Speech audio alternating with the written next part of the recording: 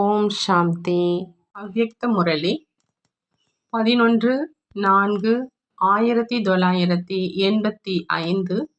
அவ்யக்த பாப்தாதா, மதுபன். இன்றைய முரளியின் தலைப்பு நன்மை செய்வதுதான் ஆதார சொரூப சபையின் விசேஷம். நன்மை செய்வதுதான் ஆதார சொரூப சபையின் விசேஷம். இன்று விசேஷமாக உலக மாற்றத்தின் ஆதார சொரூப, உலகின் எல்லைக்கு அப்பாற்பட்ட சேவையின் ஆதார சொரூப, சிரேஷ்ட நினைவு, எல்லைக்கு அப்பாற்பட்ட உள் உணர்வு, இனிமையான விலைமதிக்க முடியாத வார்த்தைகளை கூறுவதின் ஆதாரம் மூலமாக மற்றவர்களுக்கும் அந்த மாதிரி ஊக்கம் உற்சாகத்தை கொடுக்கக்கூடிய ஆதார சொரூப பொறுப்பு மற்றும் பணிவு சொரூப விசேஷ ஆத்மாக்களை சந்திப்பதற்காக வந்திருக்கிறோம். நீங்கள் ஒவ்வொருவரும் தன்னை அந்த மாதிரி ஆதார சொரூபமாக அனுபவம் செய்றீங்களான்னு பாபா கேட்கிறார். ஆதார ரூப ஆத்மாக்களின் இந்த சபை மீது அந்த அளவு அளவற்ற பொறுப்பு இருக்குது. ஆதாரம் அப்படின்னா பாபா சொல்றாங்க, எப்பொழுதும் தன்னை ஒவ்வொரு நேரம், ஒவ்வொரு எண்ணத்தில், ஒவ்வொரு காரியத்தில் பொறுப்பானவர் என்று புரிந்து நடந்துக்கிறவங்க. ஆதாரம் அப்படின்னா பாபா சொல்றாங்க, எப்பொழுதும் தன்னை ஒவ்வொரு நேரம், ஒவ்வொரு எண்ணத்தில், ஒவ்வொரு காரியத்தில் பொறுப்பானவர் என்று புரிந்து நடந்து கொள்பவர். இந்த சபையில் வருவது என்றால் எல்லைக்கு அப்பாற்பட்ட பொறுப்பு என்ற கிரீடத்தை அணிந்திருப்பவர் ஆவது. இந்த சபையில வர்றதுன்னா எல்லைக்கு அப்பாற்பட்ட பொறுப்புங்கிற கிரீடத்தை அணிந்திருப்பவராக ஆவது. இந்த சபை எதை நீங்கள் கூட்டம் அப்படின்னு சொல்றீங்க? கூட்டத்தில் வருவது என்றால் நீங்கள் எப்பொழுதும் தந்தையுடன், சேவையுடன், ஈஸ்வரிய குடும்பத்தோடு அன்பின் சிரேஷ்ட எண்ணம் என்ற கயிற்றில் கட்டப்படுவது மற்றும் கட்டுவது என்ற இந்த ஆதார ரூபம்தான். இந்த ஏற்பாடு செய்யப்பட்ட சபையில் வருவது என்றால் தன்னை அனைவருக்காகவும் ஒரு உதாரணமாக ஆக்குவது. இது மீட்டிங் கிடையாது. அனைவருக்காகவும் ஒரு உதாரணமாக ஆக்குவது. இந்த சபை மீட்டிங் கிடையாது. ஆனால் எப்பொழுதும் மரியாதா புருஷோத்தமன் ஆவதற்கான நல்ல எண்ணத்தின் பந்தனத்தில் கட்டப்படுவது. இந்த அனைத்து விஷயங்களின் ஆதார சொரூபம் ஆவது என்பதை தான் ஆதார சொரூப சபை என்று சொல்வதுன்னு பாபா சொல்றாங்க. நாலாபுறங்கள்ல இருந்தும் விசேஷமாக தேர்ந்தெடுக்கப்பட்ட ரத்தினங்கள் ஒன்றாக கூடியிருக்கீங்க. தேர்ந்தெடுக்கப்பட்டவங்க அப்படின்னா தந்தைக்கு சமமாக ஆகியிருப்பவர்கள். தேர்ந்தெடுக்கப்பட்டவர்கள் என்றால் தந்தைக்கு சமமாக ஆகியிருப்பவர்கள். சேவைக்கான ஆதார சொரூபம் என்றால் சுயத்துக்கு நன்மை மற்றும் அனைவருக்கும் நன்மை செய்யும் சொரூபம். சேவைக்கான ஆதார சொரூபம் என்றால் பாபா சொல்றாங்க, சுயத்துக்கு நன்மை மற்றும் அனைவருக்கும் நன்மை செய்யும் சொரூபம். எந்த அளவு தனக்கு நன்மை செய்யும் சொரூபமாக இருப்பாங்களோ அந்த அளவே அனைவருக்கும் நன்மை செய்யும் சொரூபமுள்ள பொறுப்பாளர். பாப்தாதா இந்த சபையினுடைய ஆதார ரூபம் மற்றும் நன்மை செய்யும் ரூப குழந்தைகளை பார்த்து கொண்டிருந்தார். மேலும் விசேஷமாக ஆதார ரூபமாகவும் ஆகிட்டாங்க, நன்மை செய்யும் ரூபமாகவும் ஆயிட்டாங்க என்ற விசேஷத்தை பார்த்து கொண்டிருந்தோம். இந்த இரண்டு விஷயங்களில் வெற்றி அடைவதற்காக மூன்றாவதாக என்ன விஷயம் வேணும்? ஆதார ரூபமாக இருக்கீங்க, அதனால தான் அழைப்பின் பேரில் வந்திருக்கீங்க இல்லையா? மேலும் நன்மை செய்யும் ரூபமாக இருக்கீங்க, அதனால் தான் திட்டங்களை உருவாக்கி இருக்கீங்க. நன்மை செய்வது என்றால் சேவை செய்வது. நன்மை செய்வது என்றால் சேவை செய்வதுன்னு சொல்றாங்க பாபா. மூன்றாவது விஷயமாக என்ன பார்த்தோம்? எந்த அளவு விசேஷ சபையில இருப்பவராக இருக்கீங்களோ அந்த அளவு நன்மை செய்யும் எண்ணம் உள்ளவர், நன்மை செய்யும் இதயம் மற்றும் நன்மை பயக்கும் வார்த்தைகள் மற்றும் பாவனை எந்த அளவு இருக்குது. ஏன் அப்படின்னா நன்மை செய்யும் எண்ணம் உள்ளவங்க அப்படின்னா எப்பொழுதும் ஒவ்வொரு காரியத்தில் பரந்த மனம் மற்றும் பெரிய மனம் உள்ளவங்க. எந்த விஷயத்தில் பரந்த மனம் மற்றும் பெரிய மனம் உள்ளவராக இருக்கீங்கன்னு பாபா கேட்குறாங்க. எந்த விஷயத்துல பரந்த மனம் மற்றும் பெரிய மனம் உள்ளவராக இருக்கீங்க? அனைவர் மீதும் சுப பாவனை மூலமாக முன்னேற்றம் செய்விக்கும் பரந்த மனம். அனைவர் மீதும் சுப பாவனை மூலமா முன்னேற்றம் செய்விக்கும் பரந்த மனம். உன்னுடையது என்பது என்னுடையது, என்னுடையது என்பது உன்னுடையதாக ஆனது. ஏன்னா நான் ஒரே ஒரு தந்தையினுடையவன். இந்த எல்லைக்கு அப்பாற்பட்ட உள் உணர்வு பரந்த மனம் பெரிய மனம் இருக்கட்டும், நன்மை செய்யும் உள்ளம் இருக்கட்டும் பாபா சொல்றாங்க. அதாவது கொடுக்கும் பாவனை நிறைந்த இதயம் இருக்கட்டும். தான் பிராப்தி செய்திருக்கும் குணங்கள், சக்திகள், விசேஷங்கள் அனைத்திலும் பெரிய வள்ளலாகும் பரந்த மனம் இருக்கட்டும். வார்த்தைகள் மூலம் ஞான செல்வத்தை தானம் செய்வது ஒன்றும் பெரிய விஷயம் இல்லை. ஆனா குணதானம் மற்றும் குணம் கொடுப்பதின் சகயோகியாக ஆக வேண்டும். இந்த தானம் என்ற வார்த்தை பிராமணரை பொறுத்தவரையில தகுதியான வார்த்தை இல்லை. தானம் என்ற வார்த்தை பிராமணர்களை பொறுத்தவரை அளவில் தகுதியான வார்த்தை இல்லைன்னு பாபா சொல்றாங்க.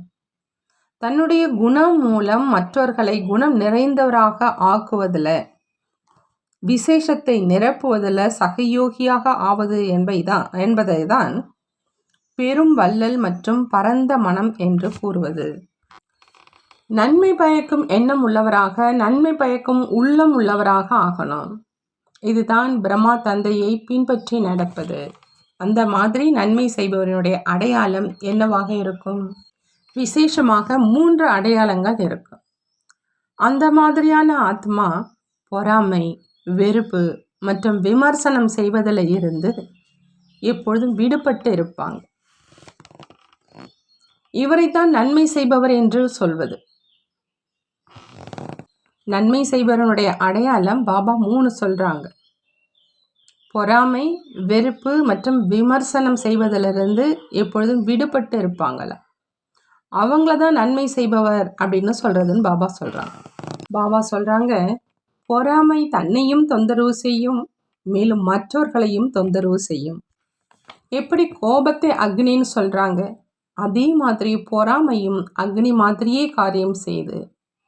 கோபம் பெரிய அக்னி, பொறாமை சிறிய அக்னி. வெறுப்பு ஒருபொழுதுமே நற்சிந்தனையாளர் மற்றும் நற்சிந்தனை நிறைந்த நிலையை அனுபவம் செய்விக்காது. வெறுப்பு அப்படின்னா பாபா சொல்றாங்க, தானும் விழுவது மற்றும் மற்றவர்களை விழ வைப்பது. அந்த மாதிரி விமர்சனம் செய்ய விரும்புனீங்க என்றால் நகைச்சுவையோடு செய்யுங்க அல்லது சீரியஸ் ஆகி செய்யுங்க. ஆனால் இது அந்த மாதிரி துக்கம் கொடுக்குது.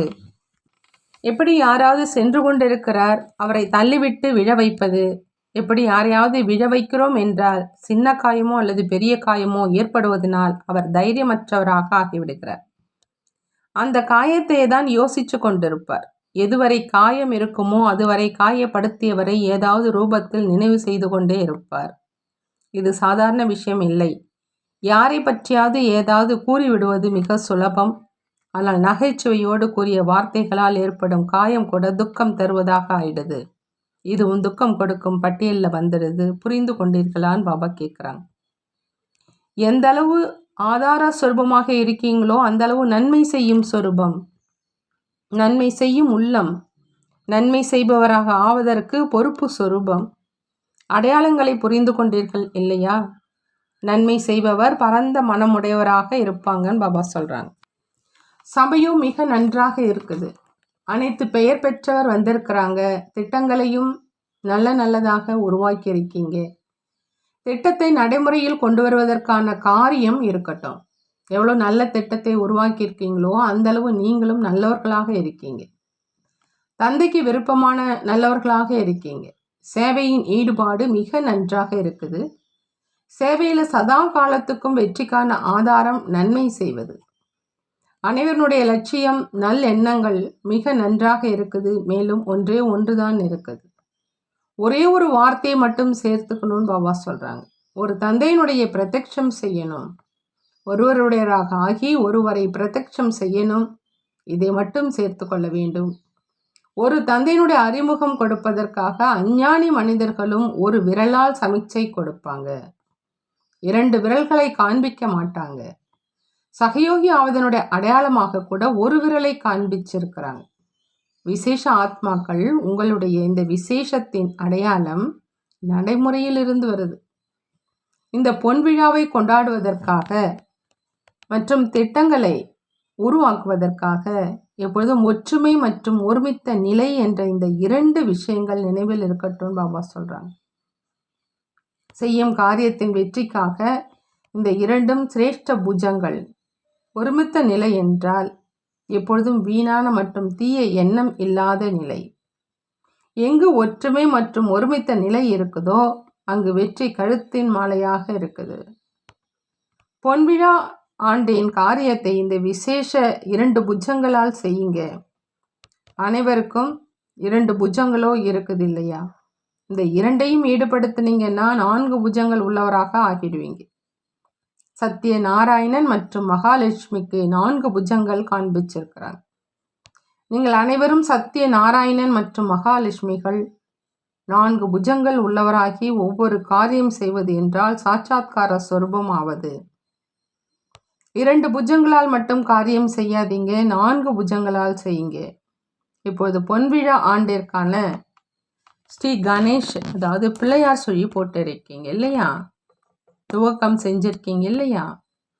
கணேஷிற்கும் 4 புஜங்கள் காண்பிச்சிருக்காங்க. பாப்தாதா தினசரி மீட்டிங்கில் வருகிறார்.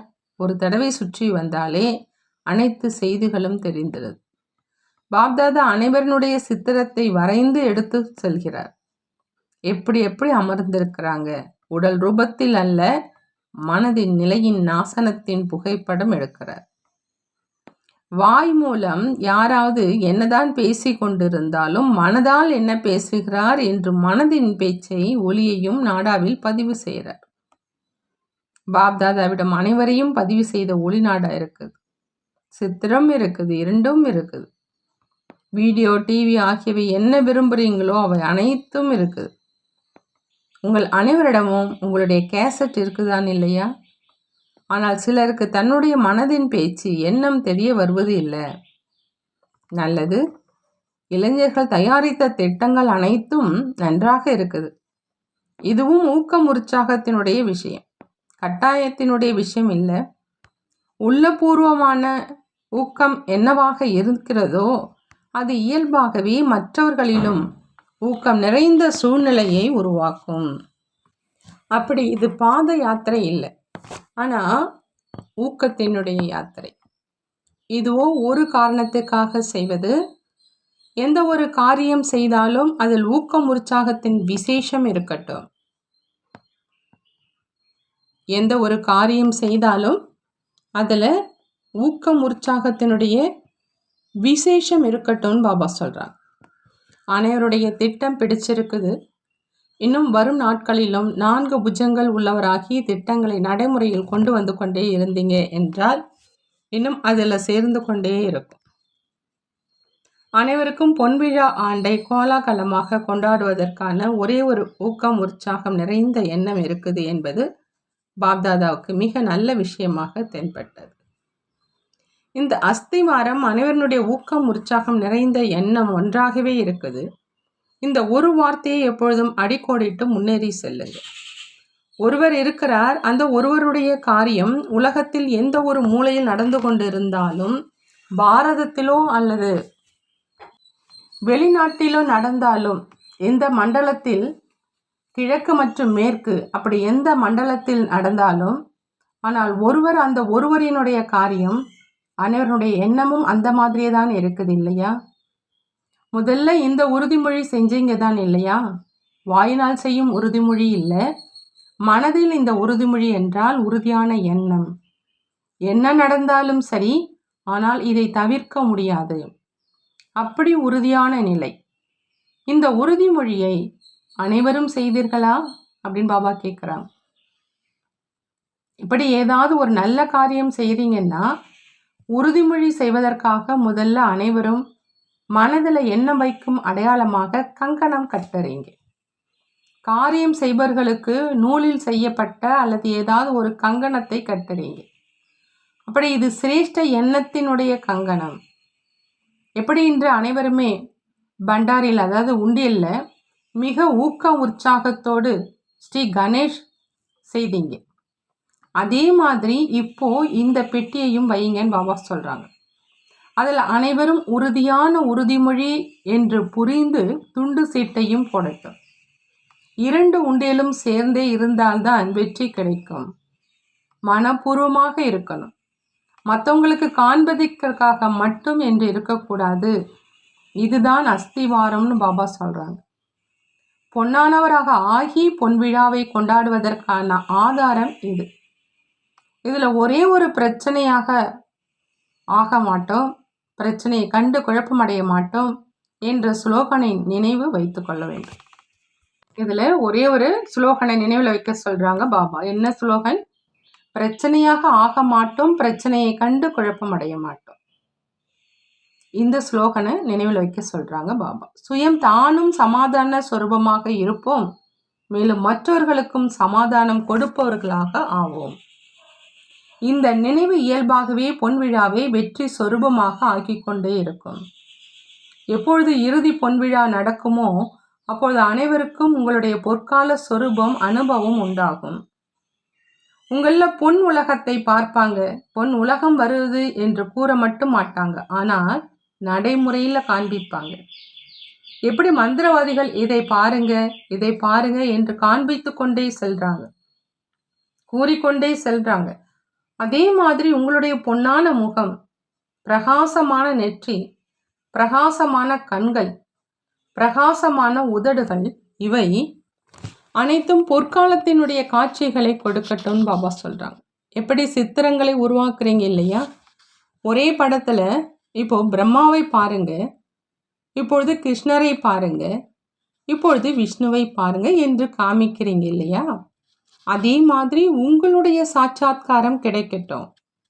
இந்த நேரம் பரிஸ்தா, அடுத்த நேரம் விஸ்வ மகாராஜன் விஸ்வ மகாராணி ரூபம், அடுத்த நேரம் சாதாரண வெண்ணிற ஆடை தரித்தவங்க. இந்த விதவிதமான சொரூபம் உங்களுடைய இந்த பொன்னான உருவத்தில் இருந்து தென்படட்டும். புரிந்ததான் பாபா கேட்குறாங்க. எப்போ இந்த அளவு தேர்ந்தெடுக்கப்பட்ட ஆன்மீக ரோஜா மலர்களின் பூச்செண்டு ஒன்றாக கூடியிருக்குது. ஒரு ஆன்மீக ரோஜா மலரினுடைய நறுமணம் எவ்வளவு இருக்குது என்றால் இவ்வளவு பெரிய இந்த பூச்செண்டு எவ்வளவு அதிசயம் செய்யும். மேலும் ஒவ்வொரு நட்சத்திரத்துல உலகமும் இருக்குது. நீங்கள் தனியாக இருக்கல, அந்த நட்சத்திரங்களின் உலகம் இல்லை, ஆனால் நட்சத்திரங்கள் உங்களில் உலகம் இருக்குது. அதிசயமோ நடக்கத்தான் வேண்டும், அது நிச்சயிக்கப்பட்டது. நான் தான் முதலில் செய்பவன் அர்ஜுனன் என்று மட்டும் ஆகணும். மற்றபடி வெற்றியோ கண்டிப்பாக கிடைக்கும், அது உறுதியானது. ஆனால் அர்ஜுனனாக ஆகணும். பாபா சொல்றாங்க அர்ஜுனன் அப்படின்னா நம்பர் 1. இப்பொழுது இதன் மேல் பரிசு கொடுங்க. முழு பொன்விழா ஆண்டில் பிரச்சனையாகவும் ஆகல, பிரச்சனையையும் பார்க்கல, தடையற்ற தீய எண்ணமற்ற விகாரமற்ற என்ற இந்த 3 விசேஷங்களும் இருக்கட்டும். அந்த மாதிரி பொன்னான நிலையில் இருக்கக்கூடியவங்களுக்கு பரிசு கொடுங்க. பாப்தாதாவுக்கும் குஷி இருக்குது. விசால புத்தி உடைய குழந்தைகளை பார்த்து குஷியோ ஏற்படும் இல்லையா? எப்படி விசால புத்தியோ அப்படி விசால மனம். நீங்கள் அனைவரும் விசால புத்தி உடையவங்க, அதனால்தான் திட்டம் போடுவதற்காக வந்திருக்கீங்க. நல்லது. எப்பொழுதும் தன்னை ஆதார சொரூபம், நன்மை செய்பவர் சொரூபம், எப்பொழுதும் நன்மை செய்யும் நன்மை நிறைந்த உள்ளம், நன்மை நிறைந்த எண்ணம் உள்ள எப்பொழுதும் ஒருவர்தான், அந்த ஒருவரின் காரியம்தான் என்று அந்த மாதிரி ஒரே சீரான நிலையில் நிலைத்திருக்கக்கூடிய, எப்பொழுதும் ஒற்றுமை மற்றும் ஒருமித்த நிலையில் நிலைத்திருக்கக்கூடிய அந்த மாதிரி விசால புத்தி, விசால மனம் மற்றும் விசால சிந்தனை நிறைந்த குழந்தைகளுக்கு பாப்தாதாவின் அன்பு நினைவுகள் மற்றும் நமஸ்காரம் செய்கிறாங்க. நாமும் நம்மளுடைய பாப்தாதாவுக்கு அன்பு நினைவுகள் மற்றும் நமஸ்காரம் செய்வோம். முக்கிய சகோதர சகோதரிகளோடு அவ்யக்த பாப்தாதா சந்திப்பு செய்கிறாங்க. அவங்கள்ட்ட பாப்தாதா சொல்கிறாங்க, அனைவரும் மீட்டிங் செஞ்சீங்க, சிரேஷ்ட எண்ணங்களின் சித்தி கண்டிப்பாக இருக்கும். எப்பொழுதும் ஊக்கம் உற்சாகத்துடன் முன்னேறி செல்வது என்பதுதான் விசேஷம். விசேஷமாக மனசேவை செய்வதற்கு முயற்சி செய்யுங்க. மனசேவை ஒரு காந்தம் மாதிரி. எப்படி காந்தம் எவ்வளவுதான் தூரத்தில் இருக்கும் ஊசியை ஈர்க்க முடியுது, அதே மாதிரி மனசேவை மூலமா வீட்டில் அமர்ந்து கொண்டே அருகில் சென்றடைந்துடுவீங்க. இப்போ நீங்கள் வெளியில் அதிகமாக பிஸியாக இருக்கீங்க. மனசேவையை உபயோகப்படுத்துங்க. ஸ்தாபனை காரியத்தில் என்னென்ன பெரிய காரியம் நடந்திருக்குதோ அவைகளின் வெற்றி மனசேவை மூலம்தான் கிடைத்தது. எப்படி அந்த மனிதர்கள் ராம்லீலா அல்லது என்ன காரியம் செய்தாலும் அந்த காரியம் செய்வதற்கு முன்பு தன்னுடைய மனநிலையை அந்த காரியத்தின் அனுசாரம் விரதத்தில் வைக்கிறாங்க. நீங்கள் அனைவரும் மனசேவையின் விரதத்தை எடுத்துக்குங்க.